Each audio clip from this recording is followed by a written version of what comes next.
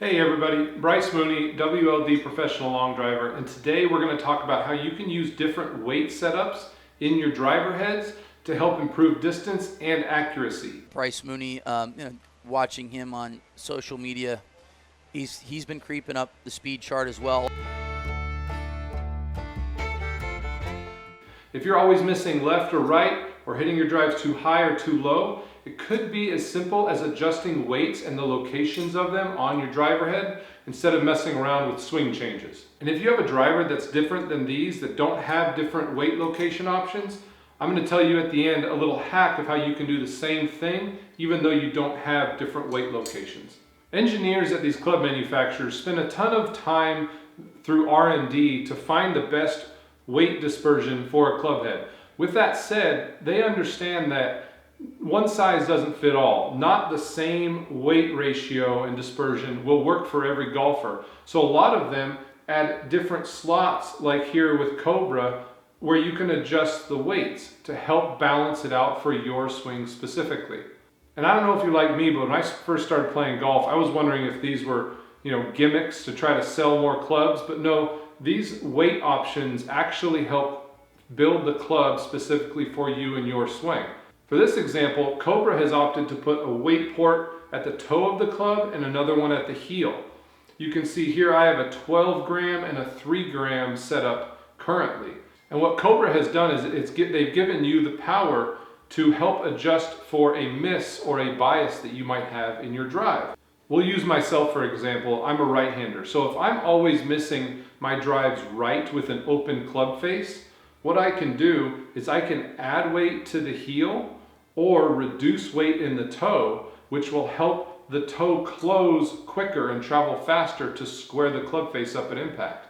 Now, the opposite is true. If I'm constantly pulling my drives left, that means the toe and the club face are closing too quickly at the golf ball. So what I would do there is add a little bit more weight to the toe to slow the toe down at impact to make sure it doesn't close quite as quickly. Now, Callaway here has gone the other route. They have a weight port at the front of the face of the club, and they have another one at the back of the club. These weight locations help impact the height of the launch and the spin. So if you're hitting the ball too high with your driver and you need to lower the ball, you can reduce the weight you have in the back port. More weight in the back launches and spins the ball higher.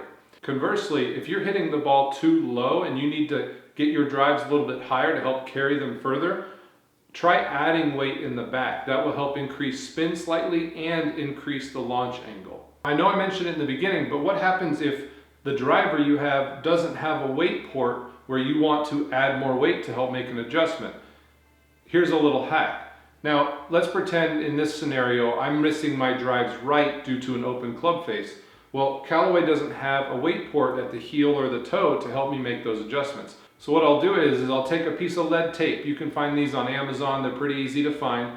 This piece weighs 3 grams. Now always start slow and try adding a little bit of weight at a time, because sometimes it doesn't take much to make the change that you want.